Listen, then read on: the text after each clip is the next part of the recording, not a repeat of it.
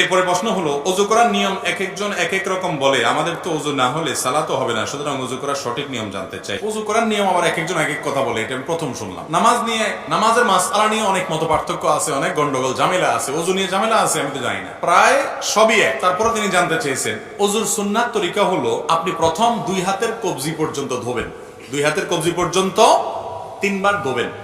এরপরে পানি নিয়ে 3 বার কুলি করবেন। কয়বার কুলি করবেন? 3 বার। কুলিটা করার সময় ভালো করে মুখের ভিতরে পানিটাকে নাড়া দিয়ে সম্ভবত একটু গড়গড়া করবেন। গড়গড়া করতে না পারলে অন্তত ভালো করে নাড়া দিবেন 3 বার। 3 বার নাকে পানি দিবেন। নাকে পানি দেওয়ার ক্ষেত্রে ইস্তিনসার সুন্নাত, ইস্তিনশাক এবং ইস্তিনসার এগুলো হলো সুন্নাত। তো এই নাকে পানি দেওয়ার ক্ষেত্রে যে নির্দেশ, সেটা বাস্তবায়নটা এভাবে হবে যে হাতের কোষে পানি নিয়ে নাকের কাছে ধরে হালকা করে টান দিবেন। জোরে টান দিয়ে আবার মাথা তুলে যাবে, একদম হালকা, বা নাককে চুবাই ধরে ডুবাই ধরে যাতে করে ভিতরে পানি যায়। এরপরে নাক পরিষ্কার করবেন।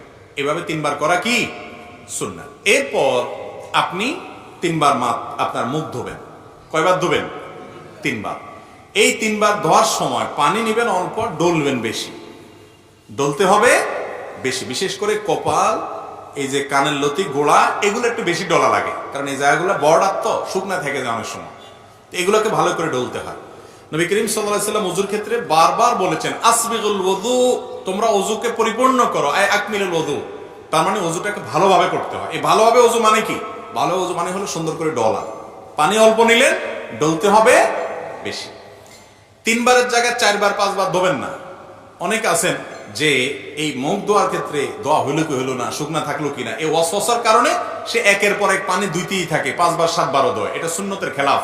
3 বার ধোয়া সুন্নত, কমও করবেন না, বেশিও করবেন না। 3 বার পানি নিয়ে যদি আপনি বেশি করে ডলেন, অনেক সময় ধরে ডলেন, শুকনা থাকবে না। এরপরে যদি আপনার মনে বলে, যদি শুকনা থেকে যায়, তখন মনরে বলবেন শুকনা থাকলে আমি আল্লাহর সাথে বসবো, কারণ আল্লাহ রাসূল 3 বার করতে বলছে, আমি 3 বার করছি। এরপর শুকনা আছে কিনা, আমার ডলার আছে, ডলছি, এরপর শুকনা থাকলে আমার কোনো গুনাহ হবে না। আপনি অন্তত টেনশন নেবেন না, আমি দায়িত্ব নিলাম। যদি আপনি ডলারটা সুন্দর মতো করেন আর 3 বার দোন, শুকনা যদি আছে এরকম মনে হয়, বুঝবেন এটা ইবলিসে আপনারা দিয়ে পানি অপচয় করাবে, নামাজের জামাত ছুটাবে, আপনাকে ক্ষতিগ্রস্ত করবে নেক্সট সুরতে। এরকম ওয়াসওয়াসা নামাজের মধ্যে যে শয়তান দেয়, ওইটার নাম হলো খিনজাব, হাদিসে আসছে। ওইটা বিশেষ এক টাইপের ইবলিস আছে যে মানুষের নামাজের মধ্যে বিশেষ করে যত রকম ওয়াসওয়াসা আছে সেগুলো দেয়। এই জন্য এটা ওই ইবলিসের কথা শুনবেন না। যদি মনের ভিতরে ওয়াসওয়াসা আসে, বুঝবেন যে ইবলিস হাজির হয়ে গেছে। আপনার অজুতে বেশি পানি নষ্ট করায়, বেশি সময় নষ্ট করায় আপনাকে ক্ষতিগ্রস্ত করবে। আপনার মনে হবে যে 3 বারের জায়গায় আমি 5 বার দিতেছি, আমি তার বেশি ভালো করতেছি। বেশি ভালো, বেশি ভালো। এই বেশি ভালো তো ভালো না। বেশি ভালো কি ভালো? ভালো না। তাহলে কয়বার দিতে হবে? 3 বার। এই 3 বার ধোবেন। দাড়ি যদি পাতলা হয় তাহলে একেবারে গোড়া পর্যন্ত যেন যায়, এরকম পানি দিয়ে চেষ্টা করবেন আপনার গোড়া পর্যন্ত পানি পৌঁছানো গেল এটা। এরপরে 3 বার হাত ধোবেন। এই হাত ধোয়ার ক্ষেত্রে আগে ডান হাত ধোবেন, সবাই তো ডান দিয়ে শুরু করি আমরা আলহামদুলিল্লাহ। এই কোণই পর্যন্ত ভালো করে ডলবেন, পানি নেবেন অল্প। এরপরে 3 বার বাম হাত ধোবেন, শেষ। শুরুতে বিসমিল্লাহ বলবেন, বিসমিল্লাহ বলে করবেন। আরেকটা জিনিস রয়ে গেছে, মেসওয়াক, গুরুত্বপূর্ণ জিনিস।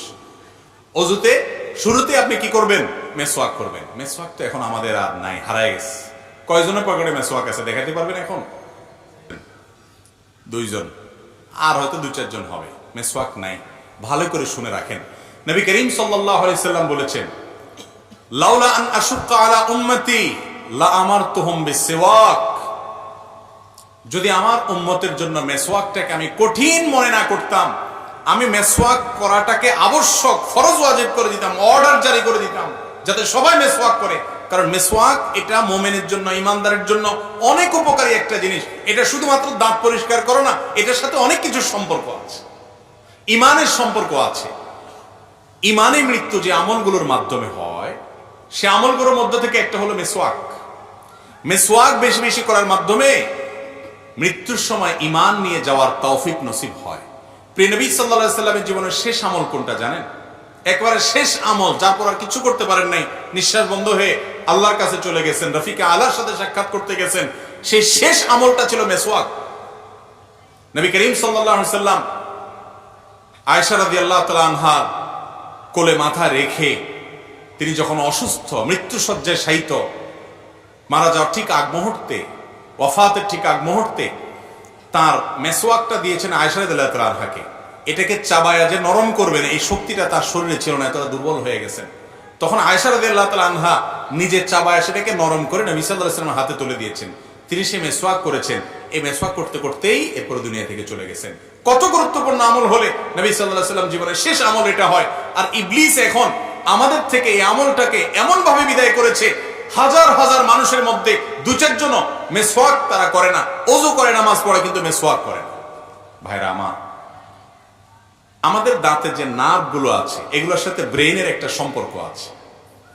মেসওয়াক এটা করার মাধ্যমে আল্লাহ রাব্বুল আলামিন বান্দার ব্রেইনে ঈমানকে তরতাজা রাখেন, এবং এটা নিয়ে বেশ কয়েকটা গবেষণা আছে, দারুণ দারুণ কিছু গবেষণা আছে।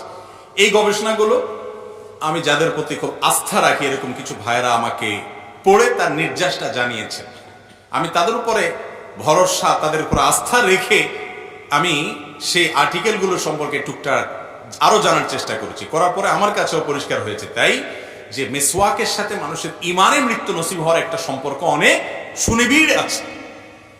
আমরা ব্রাশ করেন আপনি ব্রাশ, আমরা আজকাল আঠালো খাবার খাই, চকলেট খাই, এমন কিছু খাই যেগুলো 1400 বছর আগে মানুষরা খেতেন না, সেই হিসাবে আমরা ব্রাশ করি, পেস্ট ব্যবহার করেন, কিন্তু মেসওয়াকটা ছাড়বেন না। মেসওয়াকটা এটা শুধুমাত্র দাঁত পরিষ্কার করা না, এটা দাঁত পরিষ্কার করা ছাড়াও এর স্পিরিচুয়াল অনেক পাওয়ার, এর আধ্যাত্মিক অনেক পাওয়ার, স্পিরিচুয়াল অনেক পাওয়ার আছে যেটা আমরা বুঝি না। কিরকম হলে মেসওয়াকের কথা এভাবে বলেছেন কেন? ওযুতে তো কুলি করাও সুন্নাত। নবীজি তো বলেন নাই যে আমি যদি আমার উম্মতের জন্য কুলি করাটাকে কঠিন মনে না করতাম ফরজ করে দিতাম, তা তো বলেন নাই। নাকে পানি দেওয়াটাকে তো এভাবে বলেন নাই, অন্য সুন্নাতের কথা তো এভাবে বলেন নাই। এই মেসওয়াকের কথা এত গুরুত্ব দিয়ে বলেছেন। আরো মজার বিষয়, মেসওয়াক শুধু ওযুর সময় না, নামাজের সময় রাসূল আকরাম সাল্লাল্লাহু আলাইহি ওয়াসাল্লাম ইবনে হাদিস থেকে নামাজের সময় মেসওয়াকের কথা বলা আছে। এইজন্য সৌদি আরবে গেলে, আপনার মক্কা মদিনায় গেলে দেখবেন আরাবিয়ানদেরকে তাদের পকেটে মেসওয়াক থাকে, ম্যাক্সিমাম আরাবিয়ানদেরকে নামাজে দাঁড়াইছে তারা বাইর করে একামত দিচ্ছে, তারা দাঁতের উপরে মেসওয়াকটা দিয়ে ঘষে আবার সেটাকে রেখে দিচ্ছে পকেটে, খুব সিম্পল। কিন্তু ওই যে নামাজের সময় মেসওয়াক করতেছে, এটা শুধুমাত্র দাঁত পরিষ্কার করা না, দাঁত পরিষ্কার চাইলে অনেক বেশি কিছু, নামাজে মনোযোগ আসার জন্য এটার উপকারিতা আছে। এর পাশাপাশি এই মেসওয়াকের আমলটা, এটা আপনি যখন শুতে যাবেন, আপনি যখন কারোর সাথে সাক্ষাৎ করতে যাবেন, বিভিন্ন জায়গায় মেসওয়াকের আমলটা করতে বলা হয়েছে। এই যে মেসওয়াকের আমলটা, এটা আজ হারিয়ে গেছে আমাদের থেকে। ওযুর সময় মেসওয়াক করাটা বিশেষভাবে সুন্নাত। করবো তো ইনশাআল্লাহ। গাছের ডাল রেখে দিবেন, একটু ঘষবেন এবং কিছুদিন পর পর পাল্টাবেন, জান্নাত চাইবেন, আর একটু কষ্ট করতে পারবেন না। এই মেসওয়াকের উপকারিতা অনেক অনেক গুণ বেশি। এটা আল্লাহ তাআলা আমাদেরকে বুঝার তৌফিক দান করুন। তো যেটা বলতেছিলাম ওযুর নিয়ম সম্পর্কে, যে ওযুর নিয়ম এটা যখন আমরা বলতে গেছি, মেসওয়াকের কথাটা দেখেন শয়তান আমার ভুলে দিছে, অথচ এটাকে আমি খুব গুরুত্বের সাথে করি। আমার ব্যক্তিগতভাবে আমার বাসায় মেসওয়াক বান্ডিল সহকারে আমি রাখি, বান্ডিল সহকারে, যাতে করে সব বাচ্চারা মেসওয়াক করার অভ্যাস গড়ে ওঠে, এবং এমন ভাবে রাখা হয় যাতে অনেকগুলো মেসওয়াক থাকে, কখনো টান যেন না পড়ে।